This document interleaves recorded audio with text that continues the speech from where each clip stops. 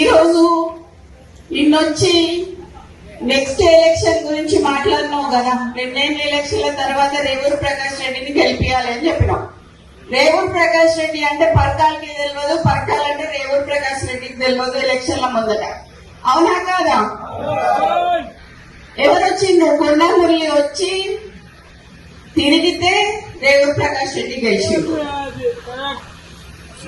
ఈ రోజు 4-5 నియోజకవర్గాలలో తిరిగి ఆ రోజు గెలిపించుకున్న వ్యక్తి, నువ్వు కార్లో కూర్చోబెట్టుకుని తిరిగిన వ్యక్తి ఈ రోజు ఎందుకు గుర్తొస్తలేదు నీకు? అంటే ముఖ్యమంత్రి అయితే కళ్ళు నెత్తికెక్కినాయా అని అడుగుతానా నేను నిన్ను? నాకు భయం లేదు. ఇవాళ పోతే రేపు 2 నాకు. ఎందుకు అని అంటే నా బిడ్డ నా కొడుకు ఎవరన్నా చూసుకుంటారు వాళ్ళని. నేను ప్రజల కోసం పనిచేసేదాన్ని, నేను ప్రజల మధ్యలో ఉండేదాన్ని. ఈ రోజు మా నాన్న నాకు అట్లే పెంచిండు, నేను భయం లేకుండా పెంచిండు.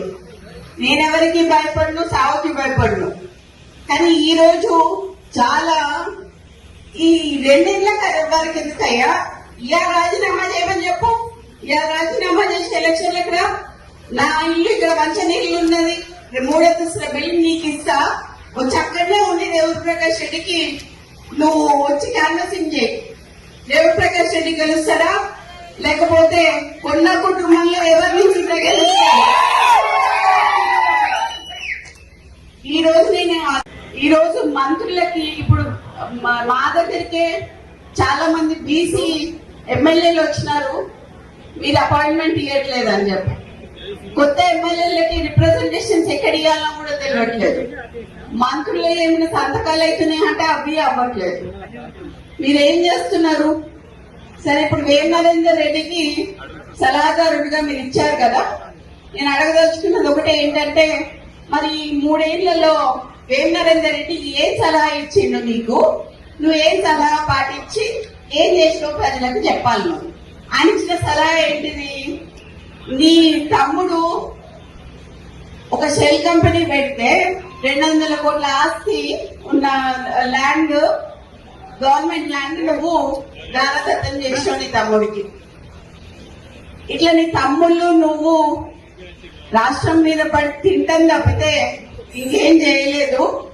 అట్లాంటిది నా ఇలాకాకు వచ్చి, కొండ ఇలాకాకు వచ్చి రేవూరు ప్రకాష్ రెడ్డిని మళ్ళీ గెలిపించమని చెప్పడంలో నీ ఆంతర్యం ఏంటిది అని అడుగుతున్నా నేను ఇవాళ.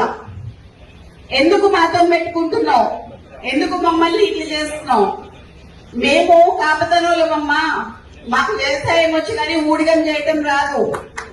మేము పద్మశాలోళ్ళం, మాకు నేత నేయటం వచ్చి తప్పితే ఊడిగం చేయటం రాదు. మీలాగా బ్రోకరిజం చేసి ఇవన్నీ చేసుకుంటే మీ చుట్టూ తిరుగుతున్న వాళ్ళు ఎవరైతే ఉన్నారో తప్పుడు సంకేతాలు పోతున్నాయి అని చెప్పి చెప్తున్నా మీకు.